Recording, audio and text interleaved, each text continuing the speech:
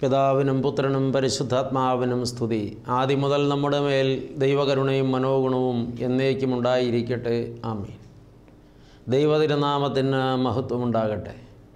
യേശുക്രിസ്തുവിൽ ഏറ്റവും വാത്സല്യമുള്ള ദൈവമക്കളെ, നോമ്പുകാല ധ്യാനത്തിൻ്റെ ഭാഗമായി ഒരു പക്ഷവാതക്കാരന് യേശു സുഖം കൊടുക്കുന്ന സംഭവമാണല്ലോ നാം ധ്യാനിച്ചു കൊണ്ടിരുന്നത്. ആധാരവാക്യം മർക്കോസ് എഴുതിയ രക്ഷാസുവിശേഷത്തിലെ 2-ാം അധ്യായമാകുന്നുവല്ലോ. വിശ്വാസത്തിന്മേൽ പ്രവർത്തിക്കുന്ന ഒരു ദൈവമുണ്ടെന്നാണ് ഒടുവിൽ നാം കേട്ടത്. അതേ തുടർന്നുള്ള ചിന്തകൾ നിങ്ങളുമായി പങ്കുവയ്ക്കട്ടെ. ആ ചുമന്നു കൊണ്ടുവന്ന 4 പേരുടെ വിശ്വാസവും കിടക്കുന്ന രോഗിയുടെ വിശ്വാസവും കർത്താവ് വായിച്ചെടുത്തു. കിടക്കുന്ന രോഗിയേക്കാൾ ഏറെ വിശ്വാസം മുകളിലിരിക്കുന്ന 4 പേർക്കുണ്ടെന്ന് കർത്താവ് കണ്ടു. ആ വിശ്വാസത്തിൻ്റെ പേരിൽ അവിടുന്ന് വാ തുറന്നു. കിടക്കുന്ന രോഗിയെ നോക്കി കർത്താവ് വിളിച്ചു പറഞ്ഞു, മകനെ, നിൻ്റെ പാപങ്ങൾ മോചിച്ചു തന്നിരിക്കുന്നു. പാപമോചനം കൊടുപ്പാൻ കഴിവുള്ള ഒരു ദൈവം. പാപിക്ക് പാപം ചെയ്യാൻ കഴിയും, പക്ഷെ പാപമോചനം ആർജിക്കാൻ പാപിക്ക് കഴിയില്ല. പുണ്യപ്രവൃത്തികളാൽ പാപമോചനം കിട്ടില്ല. ദാനധർമ്മങ്ങളാൽ പാപമോചനം കിട്ടില്ല. പ്രായശ്ചിത്തമായി എന്ത് ചെയ്താലും പാപമോചനം കിട്ടില്ല. പാപം മോചിക്കപ്പെടണമെങ്കിൽ അതിനധികാരമുള്ളവൻ പാപമോചനം പ്രഖ്യാപിക്കണം. പാപിയുടെ പാപത്തിൻ്റെ ശിക്ഷയേൽക്കുന്നവൻ, പാപിക്ക് പകരക്കാരനായി തീരുന്നവൻ, പാപിയുടെ പ്രത്യാശയായവൻ, പാപിക്ക് വേണ്ടി ഈ ഭൂമിയിൽ വന്നവൻ, പാപപരിഹാരം കൊടുക്കുവാൻ ശക്തനായ ദൈവം തമ്പുരാൻ. യേശുക്രിസ്തു പറഞ്ഞു, മകനെ, നിൻ്റെ പാപങ്ങൾ മോചിച്ചു തന്നിരിക്കുന്നു. ഈ കർത്താവ് ഇന്നും പാപവിമോചകനാണ്. ഇത് കേട്ടുകൊണ്ടിരിക്കുന്ന ആരെങ്കിലും ഏതെങ്കിലും പാപത്തിൻ്റെ പിടിയിൽ അമർന്നിട്ടുള്ളവരാണെങ്കിൽ യേശു നിനക്ക് പാപപരിഹാരം തരുന്നവനും അതിന് മനസ്സുള്ളവനുമാണ്, അധികാരമുള്ളവനുമാണ്. ആ രോഗിയോട് കർത്താവ് പറഞ്ഞു, മകനെ, നിൻ്റെ പാപങ്ങൾ മോചിച്ചു തന്നിരിക്കുന്നു. ഇതിങ്ങനെ പറയുമ്പോൾ ഇവിടെ ഒരു വൈരുദ്ധ്യം നമുക്ക് കണ്ടെത്താൻ കഴിയും. ഈ 4 ആളുകൾ ദീർഘദൂരം ഈ മനുഷ്യനെ ചുമന്ന് കഷ്ടപ്പെട്ട് കൊണ്ടുവന്നത് പാപമോചനം കിട്ടണമെന്ന പ്രതീക്ഷയിലല്ല. അങ്ങനൊരു ചിന്ത പോലും അവരുടെ മനസ്സിലുണ്ടായിരുന്നില്ല. അവരുടെ മനസ്സിലാകെ ഉണ്ടായിരുന്ന ഇയാളുടെ രോഗം മാറിക്കിട്ടുക എന്നുള്ളതാണ്. പക്ഷേ കർത്താവ് രോഗത്തെക്കുറിച്ചൊരക്ഷരം പോലും മിണ്ടിയില്ല. അയാൾക്ക് പാപമോചനം പ്രഖ്യാപിക്കുകയായിരുന്നു. എന്താണോ ഈ മനുഷ്യന് കർത്താവ് പാപമോചനം പ്രഖ്യാപിക്കാൻ കാരണം? അതിന് വളരെ വ്യക്തമായ കാരണമുണ്ട് പ്രിയപ്പെട്ടവരെ. ഈ മനുഷ്യൻ രോഗിയായതിൻ്റെ കാരണം ഇയാൾ ചെയ്തിട്ടുള്ള പാപങ്ങളാണ്. പാപത്താൽ രോഗിയായൊരു മനുഷ്യൻ്റെ രോഗം മാറാനുള്ള ഏകമാർഗം പാപം മാറുക എന്നുള്ളതാണ്. രോഗാണുക്കൾ നിറഞ്ഞിരിക്കുന്ന ഒരു അന്തരീക്ഷത്തിൽ താമസിക്കുന്ന ഒരാളുടെ രോഗം മാറുവാനുള്ള ഏക വഴി ആ അന്തരീക്ഷത്തിൽ നിന്ന് മാറുക എന്നുള്ളത്. നമുക്കറിയാം, അലർജി എന്നൊരു രോഗമുണ്ട്. കമ്പിളിപ്പുതപ്പ് ഉപയോഗിക്കുന്നത് ചില ആളുകൾക്ക് അലർജിയാണ്. കമ്പിളി ഉപേക്ഷിക്കുക എന്നുള്ളതാണ് ആ രോഗം മാറാനുള്ള മരുന്ന്. വേറെ എത്ര മരുന്ന് അപ്ലൈ ചെയ്താലും ഈ കമ്പിളിയുടെ സാന്നിധ്യം മാറാതെ, കമ്പിളിയിൽ നിന്ന് അയാൾ വേർപെടാതെ അയാളുടെ അലർജി മാറില്ല. കന്നുകാലികളുടെ സാമീപ്യം അലർജിയുള്ള ചില ആളുകളുണ്ട്. ആ കന്നുകാലികളുടെ സാന്നിധ്യത്തിൽ നിന്നുകൊണ്ട് അയാൾ എത്ര മരുന്ന് കഴിച്ചാലും അയാളുടെ അലർജി മാറില്ല. ആ കന്നുകാലികളുടെ സാന്നിധ്യം മാറണം. ദൈവമക്കളെ, തണുപ്പുള്ള കാലാവസ്ഥ അലർജി ഉണ്ടാക്കുന്നവരുണ്ട്. തണുപ്പില്ലാത്ത അന്തരീക്ഷത്തിലേക്ക് മാറണം. ചൂടുള്ള കാലാവസ്ഥ അലർജി ഉണ്ടാക്കുന്നവരുണ്ട്. ചൂടുള്ള ഇടത്ത് നിന്ന് മാറണം. അപ്പോൾ രോഗം വരുന്നതിൻ്റെ കാരണത്തെയാണ് മാറ്റേണ്ടത്. അല്ലാതെ എത്ര ചികിത്സിച്ചാലും ആരോഗ്യം കളയാം, പണം കളയാം, സമയം കളയാം എന്നുള്ളതല്ലാതെ രോഗം മാറുകയില്ല. രോഗത്തെയല്ല, രോഗകാരണത്തെയാണ് ചികിത്സിക്കേണ്ടത്. ഇന്ന് പലപ്പോഴും മെഡിക്കൽ സയൻസ് ചെയ്തുകൊണ്ടിരിക്കുന്നത് രോഗത്തെ ചികിത്സിക്കുകയാണ്. രോഗകാരണത്തെ ചികിത്സിക്കാതെ രോഗത്തെ ചികിത്സിച്ചിട്ട് കാര്യമില്ല. ഒരാളുടെ ശരീരത്തിലെ ഏതെങ്കിലും ഒരു ഭാഗത്ത് ക്യാൻസർ ബാധിച്ചാൽ ആ ഭാഗത്തെ കോശങ്ങളെ മുറിച്ച് മാറ്റിക്കളഞ്ഞ് റേഡിയേഷൻ ചെയ്ത് കീമോയും ചെയ്ത് ഈ ആളെ സുഖപ്പെടുത്താൻ, കാരണം ആ കോശങ്ങളുള്ള ഭാഗം ശരീരത്തിൽ ഇരുന്നാൽ ആ കോശങ്ങളിൽ നിന്ന് വളരെ ശീഘ്രം ശരീരം മുഴുവൻ ക്യാൻസർ രോഗാണുക്കൾ പടരുമെന്നുള്ളത് കൊണ്ടാണ്. ആ മുറിച്ചു മാറ്റലാണ് അയാളെ രക്ഷിക്കുന്നത്. ദൈവമക്കളെ, അപ്പോൾ രോഗമുള്ള ഭാഗത്തെ മുറിച്ചു മാറ്റുന്നത് രോഗിയുടെ പ്രാണൻ രക്ഷിക്കാൻ വേണ്ടിയാണ്. പാപമെന്ന ആ മാരകമായ കാരണത്താലാണ് ഇയാളുടെ പക്ഷം തളർന്നു പോയതെങ്കിൽ പാപമെന്ന ആ മാരകമായ രോഗം ഇയാളിൽ നിന്ന് മാറണം. പാപമായിരുന്നു ഇയാളുടെ ശരിയായ രോഗം. അതുകൊണ്ട് അതിനെ കർത്താവ് അയാളിൽ നിന്ന് മോചിപ്പിക്കുകയാണ്. നമ്മൾ അറിയേണ്ട വലിയ ചില യാഥാർത്ഥ്യങ്ങൾ ഇതിനോട് കൂടെ പറയേണ്ടതുണ്ട്. പാപം ഒരാളെ രോഗിയാക്കും. നിശ്ചയമായിട്ടും പാപം ഒരാളെ രോഗിയാക്കും. പാപം മനുഷ്യനെ തകർക്കുന്ന, അത്യന്തം തകർക്കുന്ന ഭയാനകമായൊരു കുഴപ്പമാണ്. ചേർത്ത് വീണ്ടും പറയട്ടെ, എല്ലാ പാപികളും രോഗികളാണ്. എല്ലാ പാപവും മനുഷ്യനെ രോഗിയാക്കുന്നുണ്ട്. എല്ലാ പാപികളും രോഗികളാണ്. എന്നാൽ എല്ലാ രോഗികളും പാപികളാകണമെന്നില്ല എന്നൊരു വാക്ക് അതിനോട് ചേർത്ത് പറയണം. അല്ലെങ്കിൽ രോഗികളെല്ലാം ഇരുന്ന് ഉരുകി തളർന്നു പോകും. ഞാൻ പാപിയാണല്ലോ എന്ന കുറ്റബോധം ഒരുപക്ഷെ അവരെ കൂടുതൽ ആഘാതത്തിൽ വീഴ്ത്തും. പറഞ്ഞതിൻ്റെ വ്യക്തത ബോധ്യപ്പെടുക. എല്ലാ പാപികളും രോഗികളാണ്. എന്നാൽ എല്ലാ രോഗികളും പാപികളാകണമെന്നില്ല. മുമ്പൊരിക്കൽ ഇങ്ങനെ ഈ സന്ദേശം പ്രസംഗിച്ച് കേട്ട ഒരു സഹോദരി അങ്ങ് തളർന്നുപോയി. ആ സഹോദരി രോഗിയാണ്. പക്ഷേ അവരിരുന്ന് ചിന്തിച്ചു, ഇനി എന്ത് പാപമാണ് എന്നിലുള്ളത്, ഇനി എനിക്ക് രക്ഷയില്ല. അവർ മാനസികമായി അങ്ങ് ആഘാതത്തിൽപ്പെട്ടുപോയി. അത് കൂടുതൽ ദോഷം ചെയ്തു. നന്മയ്ക്ക് വേണ്ടി പറഞ്ഞത് മനസ്സിലാകാതെ പോയതുകൊണ്ട് തിന്മയായി പരിണമിക്കുന്നു എന്നൊരപകടം. ഭാഗ്യവശാൽ ആ സ്ത്രീ അത് പിന്നത്തേതിൽ എന്നോട് പങ്കിടുവാനും ഞാൻ അവരെ തിരുത്തുവാനും ഇടയായി.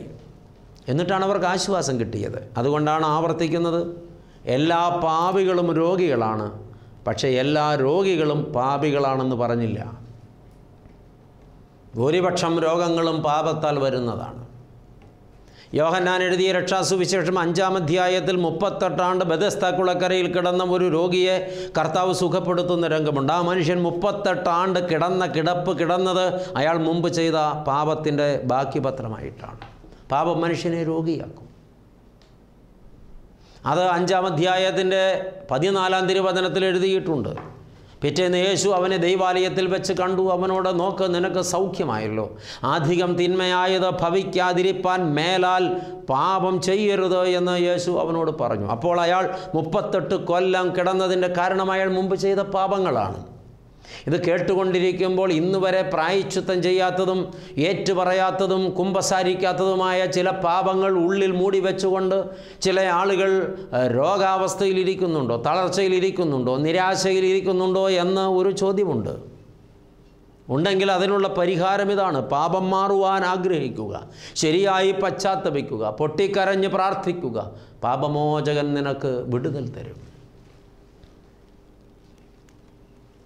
ഒരു ചെടി നശിപ്പിക്കണമെങ്കിൽ അതിൻ്റെ വേര് പിഴുതെടുക്കുകയാണ് ആ ചെടി നശിപ്പിക്കാനുള്ള മാർഗം. ചോടി ചേർത്ത് മുറിച്ചാൽ അപ്പോൾ നശിക്കും. പക്ഷേ പുതുമഴ പെയ്യുമ്പോൾ ഒന്നിൻ്റെ സ്ഥാനത്ത് 7 നാമ്പുകൾ കിളിർത്ത് വരും. വേരവിടെ മണ്ണിലുള്ളപ്പോൾ ആ ചെടി നശിക്കില്ല. രോഗം മാറാൻ വേര് പറിക്കണം. ചെടി നശിക്കാൻ വേര് പറിക്കുന്നത് പോലെ രോഗം മാറാൻ വേര് പറിക്കണം, ചുട്ടുകളയണം ആ വേരടക്കം. അതുകൊണ്ട് പാപത്തിൻ്റെ അടിവേര് പറിക്കാതെ ഒരാളുടെ രോഗം മാറുകയില്ല. പാപത്താൽ വന്ന രോഗമാണെങ്കിൽ. ദൈവമക്കളെ, അതുകൊണ്ട് നമ്മുടെ ജീവിതത്തിൽ പാപം ചെയ്തിട്ടുണ്ടെങ്കിൽ നാം ശരിയായ പശ്ചാത്താപത്തോടെ ദൈവ മുമ്പിലായിരിക്കാൻ നമുക്ക് കഴിഞ്ഞാൽ, പാപത്തിൻ്റെ അടിവേര് പറിക്കപ്പെട്ടാൽ, പാപത്തിന്മേൽ ജയം നേടിയവനായ, മരണത്തിന്മേൽ ജയം നേടിയവനായ കർത്താവിനോട് അഭയം ചൊല്ലി പ്രാർത്ഥിച്ചാൽ, സാക്ഷാൽ പാപവിമോചനാധികാരമുള്ള പാപപരിഹാരകനായ കർത്താവേ, എൻ്റെ പാപത്തിന്മേൽ എനിക്ക് ജയം തരണമെന്ന്, അങ്ങനെ എൻ്റെ രോഗബന്ധനങ്ങൾ അഴിക്കണമെന്ന് പ്രാർത്ഥിച്ചാൽ, നിലവിളിച്ചാൽ, നിശ്ചയമായിട്ടും കർത്താവ് സഹായിക്കും. കർത്താവ് അവൻ്റെ പാപങ്ങൾ മോചിച്ചതായിട്ട് പ്രഖ്യാപിച്ചു. അപ്പോൾ ഒരു ഇളക്കമുണ്ടായി. ആദ്യം യേശുവിനെ തിക്കിക്കൂട്ടി വന്നുകൂടിയ വലിയ പുരുഷാരത്തെക്കുറിച്ച് പറഞ്ഞതിൽ ഒരു കൂട്ടരുണ്ടല്ലോ, കുറ്റം കണ്ടുപിടിക്കാൻ നടന്നവർ. അവർ പരസ്പരം പിറുപിറുക്കാനും ഉള്ളിലിങ്ങനെ ചിന്തിക്കാനും ഇടയായി. പാപം മോചിച്ചിരിക്കുന്നുവെന്ന്. പാപം മോചിക്കാൻ ഇവനാരാണ്? ദൈവത്തിനല്ലാതെ മറ്റാർക്കാണ് പാപം മോചിക്കാൻ അധികാരമുള്ളത്? ഇവൻ സ്വയം ദൈവമാക്കുകയാണ്. ദൈവമക്കളെ, കുറ്റം കണ്ടുപിടിക്കുക മാത്രമാണ് അവരുടെ ലക്ഷ്യം. അവർ യേശുവിനെ പാരുഷ്യത്തോടെ നോക്കി അസ്വസ്ഥത പ്രകടിപ്പിച്ചു. ഇവർ മനസ്സിൽ പറഞ്ഞ ഈ ചിന്ത കർത്താവ് ഹൃദയത്തിൽ നിരൂപിച്ചു, ബോധ്യപ്പെട്ടു. ഇവിടെ ഒരു ചിന്തയുണ്ട്, മനസ്സ് വായിക്കുന്ന ഒരു ദൈവമുണ്ട്.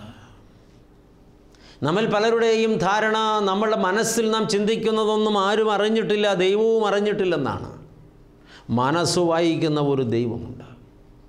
നമ്മുടെ മനനമണ്ഡലത്തിൻ്റെ ആഴങ്ങളിൽ നാം ചിന്തിക്കുന്ന കുഞ്ഞു കാര്യങ്ങൾ പോലും കൃത്യസമയത്ത് അറിയുന്നു അവൻ നമ്മുടെ മനസ്സ് വായിച്ചെടുക്കുന്ന ദൈവമാണ്. മനസ്സിലെ ചിന്തകൾ ദൂരത്ത് നിന്ന് ഗ്രഹിക്കുന്നവനാണ്. അത് സംബന്ധിച്ച് 139 സങ്കീർത്തനത്തിൻ്റെ തുടക്കത്തിൽ സങ്കീർത്തകൻ പാടിയിട്ടുണ്ട്.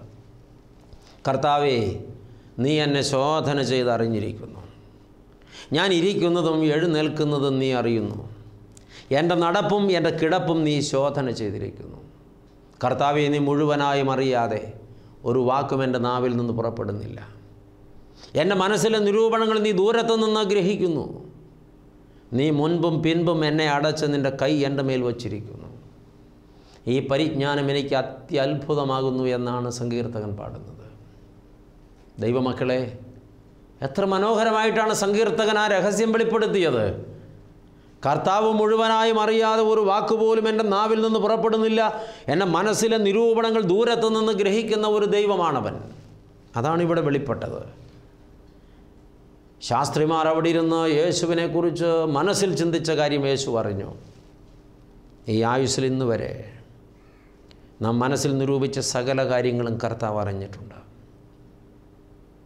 തെറ്റായി ചിന്തിച്ചതും മ്ലേച്ഛമായി മോഹിച്ചതും അരുതാത്തത് ഹൃദയത്തിൽ നിരൂപിച്ചതും മറ്റുള്ളവരെ ചതിക്കാൻ ആഗ്രഹിച്ചതും ചിലരെ കൊല്ലാൻ ആഗ്രഹിച്ചതും ചിലർ അപകടത്തിൽ വീഴണമെന്ന് ആഗ്രഹിച്ചതും ചിലർ നശിച്ചു കാണണമെന്ന് ആഗ്രഹിച്ചതും ചിലർക്ക് വീഴ്ച പറ്റാൻ വേണ്ടി മനസ്സിൽ ഒരുപാട് വട്ടം ആഗ്രഹിച്ചതും ചിലർ വീണത് കണ്ട് ചിരിച്ചതും ഉള്ളാലെ ആനന്ദിച്ചതുമൊക്കെ കർത്താവ് കണ്ടിട്ടുണ്ട്. നമ്മുടെ മനസ്സിൽ ചിന്തിച്ച നന്മകൾ മാത്രമല്ല, തിന്മകളും കർത്താവ് കണ്ടിട്ടുണ്ട്. അവരെ കർത്താവ് തിരുത്തുകയാണ്. നിങ്ങളിങ്ങനെ മനസ്സിൽ പറയുന്നത് എന്ത്? നോക്കണം പ്രിയപ്പെട്ടവരെ, നമ്മുടെ ഹൃദയ നിരൂപണങ്ങൾ വായിച്ചെടുക്കുന്ന ഒരു ദൈവമുണ്ട് എന്നറിയുമ്പോൾ നാം ഭയപ്പെടണം. പുറമേ നാവുകൊണ്ട് സംസാരിക്കുന്നതല്ല പലപ്പോഴും പലരുടെയും ഹൃദയം പറഞ്ഞുകൊണ്ടിരിക്കുന്നത്. ഒരാൾ ദൂരെ നിന്ന് കാണുമ്പോൾ അവനെക്കുറിച്ച് ഒരുപാട് ശാപവാക്കുകൾ മനസ്സിൽ പറയും. ദുഷ്ടൻ, ചതിയൻ, വഞ്ചകൻ, അവനെ കൊല്ലണം, അവനെ ഇല്ലായ്മ ചെയ്യണം, അവനെ എങ്ങനെയും നശിപ്പിക്കണം. പക്ഷേ അടുത്ത് കാണുമ്പോൾ ചിരിച്ചുകൊണ്ട് ഹായ് എന്ന് പറഞ്ഞ് കൈപിടിച്ച് കുലുക്കിയിട്ട് പല്ല് വെളിയിൽ കാണിച്ച് ഒരു നാടകം കളിച്ച് കടന്നു പോകുന്ന ഒരുപാട് പേരില്ലേ? നീയും ആ കൂട്ടത്തിൽപ്പെട്ട ഒരാളാണോ? കർത്താവ് നിൻ്റെ ഹൃദയ നില വായിച്ചിട്ടുണ്ട്. തിരുത്തപ്പെടണമെന്ന് ദൈവാത്മാവ് നമ്മളെ ഓർമ്മിപ്പിക്കുന്നു ഈ ദിവസം. ദൈവമക്കളെ, ഈ ആൾക്ക് പാപമോചനം പ്രഖ്യാപിച്ചവനായ കർത്താവ് ഈ ആളുകളുടെ മനസ്സ് വായിച്ചിട്ടൊരു ചോദ്യം ചോദിക്കുന്നുണ്ട്. നിങ്ങളെന്താണ് ഇങ്ങനെ മനസ്സിൽ നിരൂപിക്കുന്നത്? നിൻ്റെ പാപം മോചിച്ച് തന്നിരിക്കുന്നു എന്ന് പറയുന്നതോ നിൻ്റെ കിടക്കയെടുത്ത് നടക്ക എന്ന് പറയുന്നതോ ഏതാണ് എളുപ്പം? അതിപ്പോഴും വായിച്ചിട്ട് ഒരുപാട് പേർക്ക് മനസ്സിലാകാത്തൊരു കാര്യമാണ്. ഇതിൽ ഏതാണ് എളുപ്പം? അതിൻ്റെ അർത്ഥം എന്താണെന്നറിയാമോ? നിൻ്റെ പാപങ്ങൾ മോചിച്ച് തന്നിരിക്കുന്നു എന്ന് പറയുന്നതാണ് എളുപ്പം. എന്താണെന്നറിയാമോ? മോചിക്കപ്പെട്ടോ ഇല്ലയോ എന്ന് ആരും അറിയുന്നില്ലല്ലോ. മോചിക്കപ്പെട്ടാലും ഇല്ലെങ്കിലും അത് പറയുന്നതിന് ഛേദമൊന്നുമില്ലല്ലോ, അതാരും കാണുന്നില്ലല്ലോ. പക്ഷേ നീ എഴുന്നേറ്റ് കിടക്കയെടുത്ത് നടക്കുക എന്ന് പറഞ്ഞാൽ അത് പറഞ്ഞിട്ട് അത് അങ്ങനെ സംഭവിച്ചില്ലെങ്കിൽ ചുറ്റും നിൽക്കുന്നവർ ചോദിക്കും, എന്തേ അത് നടന്നില്ല, നിനക്കതിന് കഴിവില്ല എന്ന്. നീ എഴുന്നേറ്റ് നിൻ്റെ കിടക്കയെടുത്ത് നടക്ക എന്ന് പറയുന്നത് തന്നെയാണ് പ്രയാസം. പാപം മോചിച്ചിരിക്കുന്നുവെന്ന് പറയുന്നത് എളുപ്പമാണ്. എഴുന്നേറ്റ് കിടക്കയെടുത്ത് നടക്ക എന്ന് പറഞ്ഞാൽ അവൻ നടക്കണം. നടന്നില്ലെങ്കിൽ പറഞ്ഞയാൾ സമാധാനം പറയണം. യേശു പറഞ്ഞു, പാപങ്ങളെ മോചിപ്പാൻ ദൈവപുത്രന് അധികാരമുണ്ടെന്ന് നിങ്ങൾ അറിയേണ്ടതിന്. ഞാനീ പറഞ്ഞത് സത്യമാണെന്ന് നിങ്ങൾ അറിയേണ്ടതിന്, ഞാൻ അയാൾക്ക് പാപമോചനം കൊടുത്തിരിക്കുന്നു എന്ന് നിങ്ങൾക്ക് ബോധ്യപ്പെടേണ്ടതിന്, പാപത്താൽ രോഗിയായ ഈ മനുഷ്യൻ്റെ പാപം മോചിക്കപ്പെട്ടതിനാൽ അയാളുടെ രോഗവും ഭേദപ്പെട്ടിരിക്കുന്നു എന്ന് നിങ്ങൾ അറിയേണ്ടതിന്. ആ രോഗിയോട് യേശു പറഞ്ഞു, എഴുന്നേറ്റ് കിടക്കയെടുത്ത് നടക്കുക. ദൈവമക്കളെ, ഇവിടെ കർത്താവ് രോഗിയുടെ കിടക്കയെടുത്ത് നടക്കാൻ ആജ്ഞാപിക്കുകയാണ് അധികാരത്തോടെ. കാരണം അയാളുടെ രോഗം ഇപ്പോൾ സുഖപ്പെട്ട് കഴിഞ്ഞിട്ടുണ്ട്. പാപം മാറിയതോടുകൂടെ അയാളുടെ രോഗത്തിന്മേൽ ജയം കിട്ടിക്കഴിഞ്ഞിട്ടുണ്ട്. അയാളുടെ രോഗം സൗഖ്യപ്പെട്ട് കഴിഞ്ഞിട്ടുണ്ട്. സത്യമായിട്ടും പാപം മാറിയ നിമിഷം അയാളുടെ രോഗം മാറി. നമ്മൾ തിരിച്ചറിയണം, നമ്മളുടെ പാപം മാറുന്നിടത്താണ് നമ്മുടെ രോഗം മാറുന്നത്. സഭ കൽപ്പിച്ചിട്ടുള്ള രോഗശാന്തി ശുശ്രൂഷയാണ് രോഗികൾക്ക് വേണ്ടി നടത്തപ്പെടുന്ന വിശുദ്ധ തൈലാഭിഷേകം എന്ന കൂദാശ. യേശു പഠിപ്പിച്ചതാണ്, രോഗിയായിരിക്കുന്നവൻ സഭയിൽ നിന്ന് കശീശന്മാരെ വരുത്തട്ടെ, അവർ യേശുവിൻ്റെ നാമത്തിൽ എണ്ണ പൂശി രോഗിക്ക് വേണ്ടി പ്രാർത്ഥിക്കട്ടെ. നീതിമാൻ്റെ വിശ്വാസത്തോടു കൂടി പ്രാർത്ഥന ഫലിക്കും. അപ്പോൾ തന്നെ പറയുന്നുണ്ട്, ഓരോരുത്തൻ പാപങ്ങളുടെ മോചനത്തിനായി തമ്മിൽ തമ്മിൽ പാപങ്ങളേറ്റ് പറഞ്ഞ് ഒരുവന് വേണ്ടി ഒരുവൻ പ്രാർത്ഥിക്കണം. യാക്കോബ് ശ്ലീഹ എഴുതിയതാണ്. ഈ കൂദാശയുടെ വളരെ പ്രധാനപ്പെട്ടൊരു ഭാഗമാണ് വിശുദ്ധ കുമ്പസാരം. അനുതാപം ഉണ്ടാകണം. രോഗി പൊട്ടിക്കരയുകയും വാവിട്ട് നിലവിളിക്കുകയും തെറ്റ് ഏറ്റുപറയുകയും ദൈവസന്നിധിയിൽ നിരപ്പാവുകയും ചെയ്യുമ്പോൾ, താൻ മുറിവേൽപ്പിച്ച ആളുകളോട് ക്ഷമിക്കുകയും ക്ഷമ ചോദിക്കുകയും ചെയ്യുമ്പോൾ അയാളുടെ രോഗത്തിന്മേൽ വിടുതൽ സംഭവിക്കുന്നു. പാപമോചനമാണ് രോഗസൗഖ്യത്തിൻ്റെ മാനദണ്ഡം എന്നതിന് ഒരുപാട് അടയാളപ്പെടുത്തലുകൾ കഴിയും. 3 വർഷക്കാലം ശരീരം മുഴുവനും മാന്തി ചൊറിഞ്ഞ് പൊട്ടി വ്രണമായി നാറ്റം വമിക്കുന്ന അവസ്ഥയിൽ ചികിത്സിച്ച് മടുത്ത ഒരു സഹോദരി, അവരിനി ചികിത്സിക്കാത്ത ആശുപത്രികളില്ല, പോകാത്ത ഇടങ്ങളില്ല. നേരത്തെ പറഞ്ഞതുപോലെ എല്ലാം മടുത്ത് ദൈവസന്നിധിയിൽ വന്നപ്പോൾ ധ്യാനഗുരു ചോദിക്കുന്നു, പ്രാർത്ഥിച്ചിട്ട് ധ്യാനഗുരു ചോദിക്കുന്നു, സഹോദരി, ഉള്ളിൽ ആരോടെങ്കിലും വിരോധം വെച്ചിട്ടുണ്ടോ? ഈ സഹോദരി ഭയങ്കര ഭക്തയായ സ്ത്രീയാണ്. മുടങ്ങാതെ പ്രാർത്ഥിക്കുന്നവളും ആലയത്തിൽ എന്നും പോകുന്നവളും എല്ലാ ആത്മീക ശുശ്രൂഷകളിലും പങ്കെടുക്കുന്നവളും കുർബാനകൾ സ്വീകരിക്കുന്നവളുമാണ്. അവളോട് ആ ചോദ്യം ചോദിച്ചതുപോലും അവൾക്ക് ഇഷ്ടപ്പെട്ടില്ല. അവൾ പറഞ്ഞു, അങ്ങേക്ക് എന്നെ അറിയില്ല, ഞാനൊരു ഭക്തയായ സ്ത്രീയാണ്. ധ്യാനഗുരു വീണ്ടും ചോദിക്കുന്നുണ്ട്, ആരോടെങ്കിലുമുള്ള വിരോധമുള്ളിൽ വച്ചിട്ടുണ്ടോ? ആ സ്ത്രീ വീണ്ടും പറയുന്നു, അങ്ങേക്ക് എന്നെ അറിഞ്ഞുകൂടാത്തത് കൊണ്ടാണ്, ഞാൻ അത്തരക്കാരിയല്ല, എനിക്ക് ആരോടും വിരോധമൊന്നുമില്ല. ധ്യാനഗുരു മൂന്നാമതും ചോദിക്കുന്നു, സഹോദരി, ആരോടെങ്കിലുമുള്ള വിരോധമുള്ളിൽ വച്ചിട്ടുണ്ടോ? ആ സഹോദരി തെല്ല് പാരുഷ്യത്തോടെ ആക്രോശിച്ചു, അങ്ങ് എന്താണ് ഈ ചോദിക്കുന്നതെന്ന് എനിക്ക് മനസ്സിലാകുന്നില്ല. ആത്മീയ ഗുരുക്കന്മാർക്ക് പലപ്പോഴും ജ്ഞാനദൃഷ്ടി പ്രകാശിക്കും. അദ്ദേഹം ഒരു സത്യസന്ധനായ ഗുരുവായിരുന്നു. അദ്ദേഹം പറഞ്ഞു, സഹോദരി, ഞാൻ നിനക്ക് വേണ്ടി പ്രാർത്ഥിക്കില്ല. നീ അനുതപിക്കാൻ കൂട്ടാക്കാത്തിടത്തോളം ഈ രോഗം നിന്നെ വിട്ടുപോകില്ല. ഇതിനാൽ നിനക്ക് മരണം, പക്ഷേ എളുപ്പം മരിക്കില്ല. നീ ഇഞ്ചിഞ്ചായി ഇങ്ങനെ ചീഞ്ഞ് പുഴുത്ത് മരിക്കും, നീ നിൻ്റെ തെറ്റ് സമ്മതിക്കാത്തിടത്തോളം. അങ്ങനെയൊക്കെ പറയാനും സാധാരണ ഗുരുക്കന്മാർക്ക് കഴിഞ്ഞെന്ന് വരില്ല. ആ സ്ത്രീ നടുങ്ങിപ്പോയി. ആ സ്ത്രീയുടെ മുഖം വിവരണമായി. അനുഗ്രഹം വാങ്ങാൻ വന്നിട്ട് ശാപം കിട്ടിയതുപോലെ. പക്ഷേ ആ സ്ത്രീ വാവിട്ട് നിലവിളിച്ചു.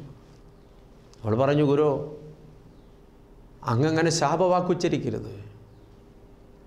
മറ്റൊന്നും എനിക്ക് പറയാനില്ല സഹോദരി, നിനക്ക് മടങ്ങാം. അവൾ പൊട്ടിക്കരഞ്ഞിട്ട് പറഞ്ഞു, അങ്ങ് പറഞ്ഞതാണ് സത്യം. എനിക്കൊരാളോട് തീർത്താൽ തീരാത്ത വൈരാഗ്യമുണ്ട്. ഓർത്ത് നോക്കണം പ്രിയപ്പെട്ടവരെ, ഇതാണിന്ന് ഒരുപാട് പേരുടെ സൗഖ്യത്തിന് തടസ്സം നിൽക്കുന്ന ഒരു സംഗതി.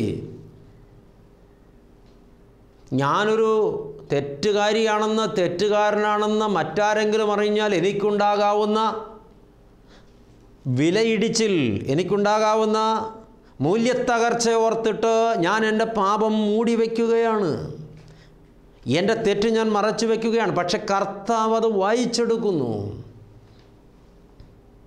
ആ സ്ത്രീക്ക് സ്വന്തം ആങ്ങളയോടുള്ള വൈരാഗ്യം, വർഷങ്ങളായിട്ടുള്ള വൈരാഗ്യം. സ്വത്ത് പങ്കിട്ടപ്പോൾ ആങ്ങള അവൾക്ക് അർഹതപ്പെട്ടിടത്തോളം കൊടുത്തില്ല എന്നതിൽ നിന്ന് ഉടലെടുത്ത വൈരാഗ്യം അവളെ 3 വർഷമായി വലിയ പ്രക്ഷുബ്ധതയിലും സംഘർഷത്തിലുമാക്കി. നിരന്തരം മനസ്സിൽ അവൾ ആവർത്തിച്ചത് ആങ്ങളയോടുള്ള വെറുപ്പാണ്. ആങ്ങളയെ നേരിട്ട് അറ്റാക്ക് ചെയ്യാൻ കഴിയാത്തത് കൊണ്ടാണ് സ്വന്തം ശരീരത്തിൽ മാന്തി തുടങ്ങിയത്. അതാണ് വ്രണമായി മാറിയത്. ലക്ഷക്കണക്കിന് രൂപയുടെ മരുന്ന് കഴിച്ചു. ഒരുപാട് ആശുപത്രികളിൽ പോയി കിടന്നും അല്ലാതെയും ചികിത്സിച്ചു. എന്നാൽ ധ്യാനഗുരു പറയുന്നു, നീ പോയി നിൻ്റെ സഹോദരനോട് രമ്യതപ്പെടുക, ശേഷം വരിക. 15 ദിവസത്തിന് ശേഷം അവൾ മടങ്ങി ഗുരുവിൻ്റെ അടുക്കൽ ചെന്നപ്പോൾ അവളുടെ രോഗം മാറിക്കഴിഞ്ഞിട്ടുണ്ടായിരുന്നു. അവൾ തിരികെ വന്ന് പ്രാർത്ഥിച്ചിട്ടല്ല, അവൾ തൻ്റെ നേരാങ്ങളയോട് ചെന്ന് ക്ഷമ പറഞ്ഞപ്പോൾ, കാൽക്കൽ കെട്ടി വീണ് കരഞ്ഞപ്പോൾ, ആങ്ങളയോട് രമ്യതപ്പെട്ടപ്പോൾ, ആങ്ങള പെങ്ങൾക്ക് വേണ്ടി പ്രാർത്ഥിച്ചപ്പോൾ, അന്ന് രാത്രി ദൈവം അവളുടെ ജീവിതത്തിൽ നിന്ന് ആ രോഗബന്ധനം അഴിച്ചു മാറ്റി. ദൈവമക്കളെ, പാപമോചനം രോഗസൗഖ്യം കൊണ്ടുവരും. അതാണിവിടെ പറയുന്ന ചിന്ത. ഇത് കേട്ടുകൊണ്ടിരിക്കുന്ന ആളുകൾ സ്വന്തം മനസാക്ഷിയെ പരിശോധിക്കുക. ഞാനിനി എവിടെയെങ്കിലും തിരുത്തപ്പെടാനുണ്ടോ? ഏതെങ്കിലും മേഖലകളിൽ? അതിൻ്റെ പേരിൽ ആരും മനോരോഗികളായി പോവുകയൊന്നും വേണ്ട. ഓർമ്മ വരുന്നുണ്ടെങ്കിൽ, ഓർത്തെടുക്കാൻ കഴിയുന്നുണ്ടെങ്കിൽ അനുതപിക്കണം. അവിടെ ദൈവം പ്രവർത്തിക്കും. ചില രോഗങ്ങൾ മാറാനുള്ളതല്ല, അത് ദൈവം അനുഗ്രഹിച്ച് തന്നിരിക്കുന്ന ശൂലങ്ങളാണ്. അതവിടെ ഇരുന്നോട്ടെ. നമ്മൾ യാത്ര പോകുന്ന നാൾ വരെ നമ്മുടെ അഹങ്കാരം ശമിപ്പിക്കാൻ ദൈവം വെച്ച ശൂലമാണെന്ന് വെച്ചാൽ മതി. എന്നാൽ ചില രോഗങ്ങൾ ഇങ്ങനെ ചില തിരുത്തപ്പെടലുകൾ നടക്കാത്തത് കൊണ്ട് മാത്രമാണ് മാറാത്തത്. സ്വയശോധനയ്ക്ക് കൂടെയുള്ള സമയമായി ഇത് മാറട്ടെ. കർത്താവ് കൽപ്പിച്ചു, കിടക്കയെടുത്ത് നടക്കുക. ആ രോഗി പിടഞ്ഞെഴുന്നേറ്റു. പക്ഷം തളർന്ന് 4 ആൾ ചുമന്നു കൊണ്ടുവന്ന മനുഷ്യനാണ്. കർത്താവ് പറഞ്ഞു, കിടക്കയെടുത്ത് നടക്ക്. അയാൾ തൻ്റെ കിടക്കയെടുത്ത് നൃത്ത ചുവടോടെ കടന്നു പോകുന്ന രംഗം. ഇനി അടുത്ത നാളിൽ പല സംഗതികളുമായിട്ട് കൂട്ടി വായിച്ചു. ഇത് കർത്താവ് കിടപ്പ് രോഗിയെ സുഖപ്പെടുത്തിയപ്പോഴെല്ലാം കിടക്കയെടുപ്പിച്ച് നടത്തി. യോഹന്നാൻ 5-ാം അധ്യായത്തിൽ ബെഥസ്ദാ കുളക്കരയിൽ കിടന്ന ആ 38 ആണ്ട് കിടന്ന മനുഷ്യനെ കിടക്കയെടുത്ത് നടത്തി. ഇവിടെ ഇതാ ഈ മനുഷ്യനെ സുഖപ്പെടുത്തിയപ്പോൾ കിടക്കയെടുത്ത് നടത്തി. എത്രയെത്ര സംഭവങ്ങൾ. ഒരിക്കൽ ഞാൻ കർത്താവിനോട് ചോദിച്ചു, തമ്പുരാനെ, ഇതെന്തിനാണ് ഈ കിടപ്പ് രോഗിയെ സുഖപ്പെടുത്തുമ്പോഴെല്ലാം കിടക്കയും കൂടെ ചുമക്കാൻ പറയുന്നത്? ആ കിടക്ക സത്യത്തിൽ ഒരുപാട് കാലം കിടന്ന് അഴുക്കും മെഴുക്കും ചെളിയും വിയർപ്പും ഒക്കെ പിടിച്ച് വൃത്തികേടായൊരു കിടക്കയല്ലേ? അതെന്തിനാണ് ഈ സുഖപ്പെട്ട മനുഷ്യനെ ചുമപ്പിക്കുന്നത്? കർത്താവിനോട് പറഞ്ഞ മറുപടി, രോഗശയ്യയിൽ കിടന്നൊരാൾ, രോഗികളുടെ മധ്യേ കിടന്നൊരാൾ, രോഗിയായി കിടന്നൊരാൾ സൗഖ്യപ്പെട്ട് എഴുന്നേറ്റ് പോകുമ്പോൾ തൻ്റെ കിടക്ക രോഗികൾക്കിടയിൽ വിരിച്ചിട്ടിട്ട് പോയാൽ, കിടക്ക സുഖത്തിൻ്റെ പ്രതീകമാകയാൽ, കിടപ്പ് സുഖകരമാകയാൽ അയാൾ നാളെ വീണ്ടും ഈ കിടക്ക തേടി വന്നേക്കും. പാപത്തിൽ നിന്ന് എഴുന്നേൽപ്പിച്ചു വിട്ടൊരാൾ തൻ്റെ ഇരിപ്പിടം പാപികളുടെ മധ്യത്തിൽ ഇട്ടിട്ട് പോയാൽ അവിടെ ഇരുന്നപ്പോഴുള്ള സുഖമോർത്തിട്ട് അയാൾ മടങ്ങി വന്ന് വീണ്ടും ആ ഇരിപ്പിടത്തിൽ ഇരുന്നേക്കാം. അതുകൊണ്ടാണ് എഴുന്നേൽപ്പിച്ച് വിട്ടവരോടെല്ലാം കിടക്കയും കൊണ്ടുപോകാൻ പറഞ്ഞത്. നമ്മൾ പലപ്പോഴും പലയിടങ്ങളിൽ നിന്നും എഴുന്നേറ്റ് പോന്നിട്ടുള്ളവരാണ്, പക്ഷെ കിടക്കയെടുത്തില്ല, ഇരിപ്പിടവും എടുത്തില്ല. അതുകൊണ്ടല്ലേ പലരുടെയും മാനസാന്തരം പാതി വഴിക്ക് പിന്മാറ്റത്തിലേക്കും പൂർവിക പാപങ്ങളെക്കാൾ വലിയ പാപത്തിലേക്കും മടങ്ങിപ്പോകാനിട വന്നത്. ഇന്നത് കേൾക്കുമ്പോൾ കിടക്കയെടുക്കുന്നവരും പീഠമെടുക്കുന്നവരുമാകാൻ നമുക്ക് ഭാഗ്യമുണ്ടാകട്ടെ. ദൈവാത്മാവ് ഈ കപ്പർനഹൂമിൽ വെച്ച് കർത്താവ് പക്ഷവാത രോഗിയെ സുഖപ്പെടുത്തിയ ഈ പാസേജിലൂടെ ഒരുപാട് ചിന്തകൾ 4 പ്രാവശ്യമായി നമ്മളെ കേൾപ്പിച്ചിട്ടുണ്ട്. ആ പരമ്പരയൊന്ന് ഓർത്തെടുത്ത് നിങ്ങൾ മനനം ചെയ്യണം. ഈ ചിന്തകളെല്ലാം നമ്മളെ പുതിയ മനുഷ്യരും നമ്മുടെ ജീവിതത്തിൽ പുതിയ ദർശനങ്ങൾ പ്രാപിച്ചവരുമാക്കി തീർക്കട്ടെ. ഈ സന്ദേശം ഇവിടെ പൂർത്തീകരിക്കുകയാണ്. ദൈവം അനുഗ്രഹിക്കട്ടെ. നമുക്ക് പ്രാർത്ഥിക്കാം. സ്നേഹവാനും പരിശുദ്ധനുമായ കർത്താവേ, ആ പക്ഷപാതക്കാരൻ്റെ ജീവിതവുമായി ബന്ധപ്പെട്ട് നീ ഞങ്ങളെ ഒരുപാട് പാഠങ്ങൾ പഠിപ്പിച്ചിരിക്കുന്നു. പാപവിമോചകനായ ദൈവമാണ് അവിടുന്ന് ഇന്ന് ഞങ്ങളെ നീ കേൾപ്പിച്ചു. പാപമോചനത്തിനുള്ള ഏക മാർഗം നിന്നോട് യാചിക്കുകയാണെന്ന് ഇന്ന് ഞങ്ങൾക്ക് മനസ്സിലായി. കാരണം മറ്റൊരാൾക്കും പാപമോചനം കൊടുക്കാൻ അധികാരമില്ല.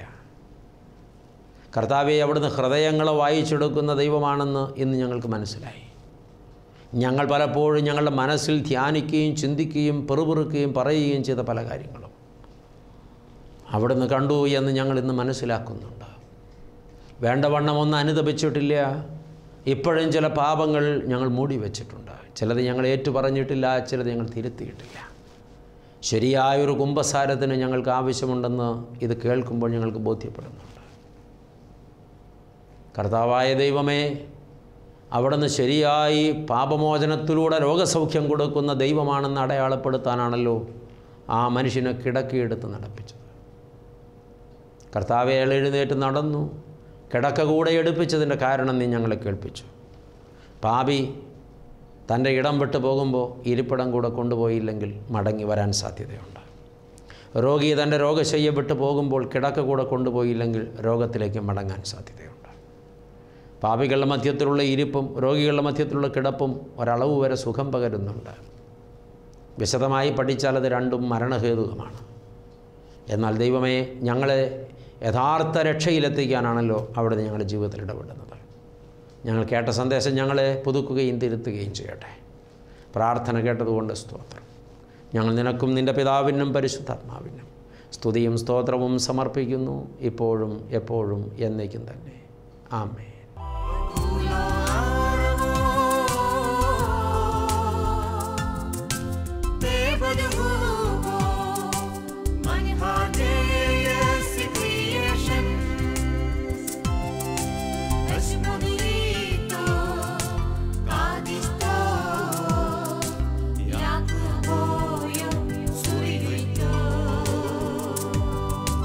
Beshmani